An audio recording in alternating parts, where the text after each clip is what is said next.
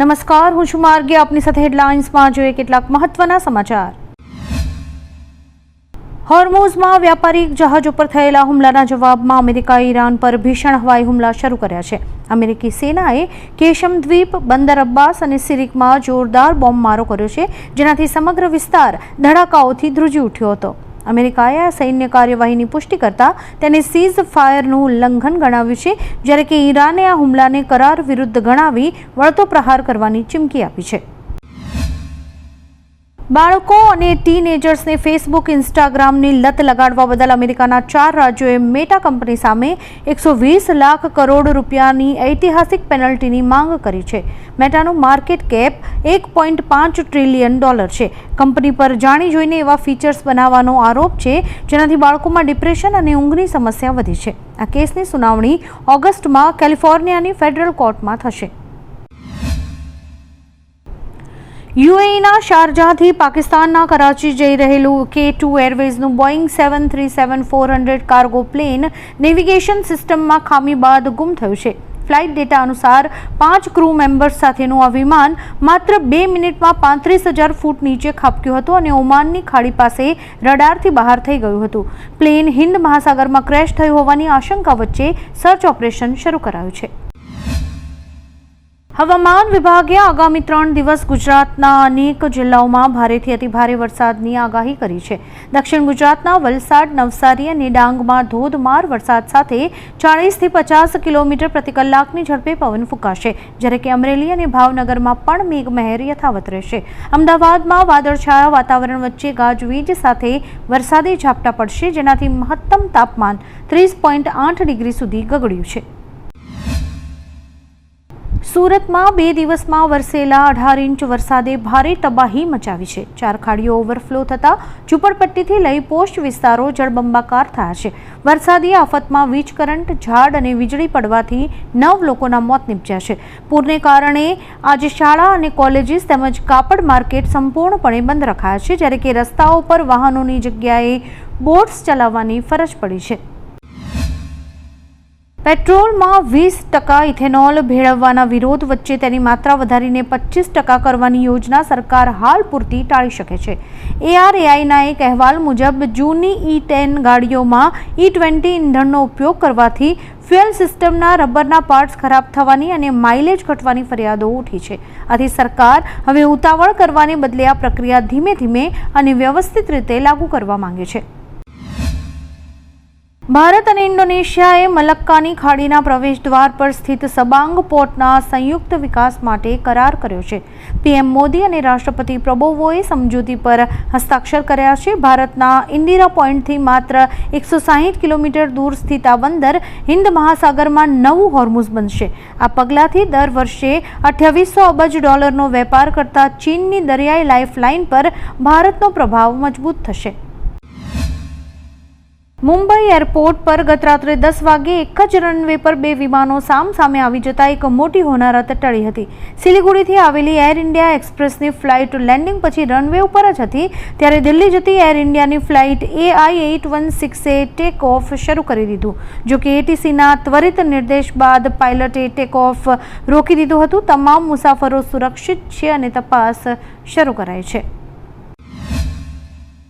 FIFA world કપના ઇતિહાસમાં પ્રથમ વખત અમેરિકી રાષ્ટ્રપતિ ડોનાલ્ડ ટ્રમ્પના દબાણ બાદ ફૂટબોલર ફ્લોરિન બાલોગુનનું રેડ કાર્ડ રદ કરાયું છે. ટ્રમ્પે ફીફા અધ્યક્ષ જિયાની ઇન્ફન્ટિનોને ફોન કરીને આ ભલામણ કરી હતી. જોકે બેલ્જિયમ સામેની પ્રી ક્વાર્ટર ફાઇનલ મેચમાં બાલોગુન રમવા છતાં અમેરિકાની ટીમ 1-4થી હારીને ટુર્નામેન્ટમાંથી બહાર થઈ ગઈ છે. યુરોપિયન ફૂટબોલ યુનિયને આ પક્ષપાતી નિર્ણયનો વિરોધ કર્યો છે. અમેરિકા અને ઈરાન વચ્ચે વધતા તણાવ દરમિયાન હોર્મુઝમાં કતારથી ભારત આવી રહેલા એક LNG જહાજ પર સંદિગ્ધ ડ્રોન હુમલો થયો છે. આ હુમલામાં જહાજના એન્જિનમાં ભીષણ આગ લાગતા મોટું નુકસાન થયું છે. રાહતની વાત એ છે કે કોઈ જાનહાનિ કે તેલ ગળતર નથી થયું. જહાજ પર 4 ભારતીય સહિત કુલ 29 ક્રૂ મેમ્બર્સ સવાર છે. સુરક્ષા એજન્સીઝ આ ગંભીર ઘટનાની તપાસ કરી રહી છે અને આ મામલે ચિંતા વ્યાપી ગઈ છે. હવામાન વિભાગ દ્વારા રાજ્ય માટે અત્યંત મહત્વનું અને તાકીદનું વેધર બુલેટિન જાહેર કરાયું છે. આગામી 2 કલાક માટે રાજ્યમાં એકસાથે 5 સિસ્ટમ એક્ટિવ થતા અનેક જિલ્લાઓમાં ભારે વરસાદની આગાહી વ્યક્ત કરાઈ છે. ખાસ કરીને વડોદરા, ભરૂચ, સુરત, નર્મદા, તાપી, ડાંગ, નવસારી, વલસાડ અને દાદરા નગર હવેલીમાં ભારેથી અતિભારે વરસાદની આશંકા વ્યક્ત કરાઈ છે. આ સાથે જ માછીમારોને દરિયો ન ખેડવાના કડક આદેશ અપાયા છે. સુરતમાં ભારે વરસાદ બાદ સતત બીજા દિવસે પણ અનેક વિસ્તારો અને મુખ્ય રસ્તાઓ પાણીમાં ગરકાવ છે. વેલંજા સુરત મુખ્ય માર્ગ પર ઘૂંટણસમા પાણી ભરાતા તે સંપૂર્ણપણે બંધ કરાયો છે, જેથી વાહન ચાલકોને કામરેજ થઈને લાંબો ધક્કો ખાવાની ફરજ પડી રહી છે. નીચાણવાળા વિસ્તારોમાં પાણી ન ઓસરતા તંત્રની પ્રી મોન્સૂન કામગીરીની પોલ ખુલી ગઈ છે અને સવારથી જ ભારે ટ્રાફિક જામ સર્જાયો છે. પશ્ચિમ બંગાળના બુરુઈપુર રેપ હત્યા કેસમાં મોટી કાર્યવાહી કરાઈ છે. આરોપીને પોલીસ એન્કાઉન્ટરમાં ઠાર કરાયો છે. પોલીસ અનુસાર આરોપી પ્રભાસે પોલીસની બંદૂક છીનવીને ભાગવાનો પ્રયાસ કર્યો હતો અને પોલીસ પર ફાયરિંગ કર્યું હતું, જેના જવાબમાં પોલીસે વળતું ફાયરિંગ કરતા પ્રભાસને ગોળી મારી હતી, જેમાં આરોપી પ્રભાસનું મોત થયું છે. આપણે જણાવી દઈએ કે પ્રભાસે 12 વર્ષની માસૂમ બાળકી પર રેપ બાદ હત્યા કરી હતી. મિડલ ઇસ્ટમાં ફરી એકવાર તણાવ વધતો દેખાઈ રહ્યો છે. ઈરાન દ્વારા હોર્મુઝમાં જહાજોને નિશાન બનાવ્યા બાદ અમેરિકાએ જવાબી કાર્યવાહી કરી ઈરાનના 80 ઠેકાણાઓ પર હુમલો કર્યો છે. અમેરિકાએ ઈરાન પર આરોપ લગાવ્યો છે કે ઈરાને યુદ્ધ વિરામનું પાલન નથી કર્યું, જ્યારે કે ઈરાનના વિદેશ મંત્રાલયે ચેતવણી આપી છે કે અમેરિકા દ્વારા ઉલ્લંઘનનું પરિણામ ગંભીર હશે અને રાષ્ટ્રીય હિતો તેમજ સુરક્ષાની રક્ષા માટે નક્કર પગલાં ઉઠાવાશે. ઇસરોને વધુ એક મોટી સફળતા મળી છે. ઇસરોએ LVM-3 મિશન માટે CE-20 ક્રાયોજેનિક એન્જિનનું સફળ પરીક્ષણ કર્યું છે.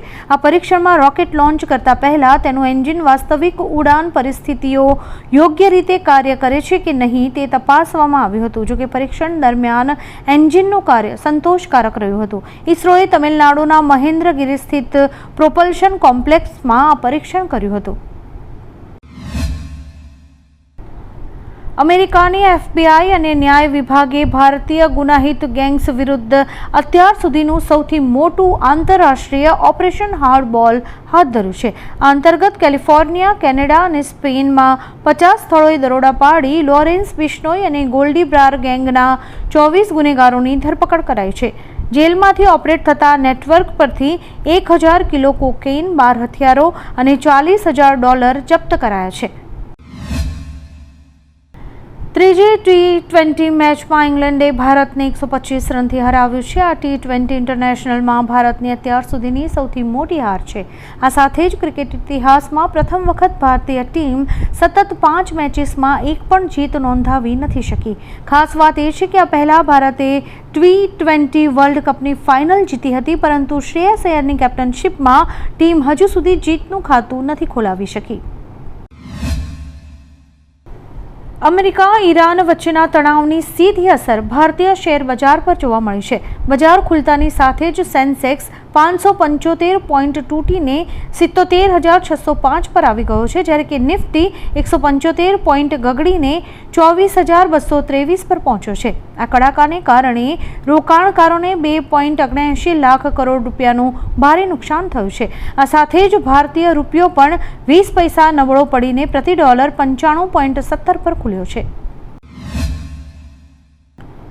વડાપ્રધાન મોદી બુધવારે તેમના ઇન્ડોનેશિયા પ્રવાસના ત્રીજા અને અંતિમ દિવસે 1000 વર્ષ જૂના દેશના સૌથી મોટા હિન્દુ મંદિર પ્રામ્બાનન પહોંચ્યા હતા. તેમણે મંદિરના જીર્ણોદ્ધાર પ્રોજેક્ટનું ઉદ્ઘાટન કર્યું અને આરતી કરી આશીર્વાદ લીધા હતા. તેમની સાથે ઇન્ડોનેશિયાના રાષ્ટ્રપતિ પ્રબોવો સુબિયાન્તો પણ હાજર હતા.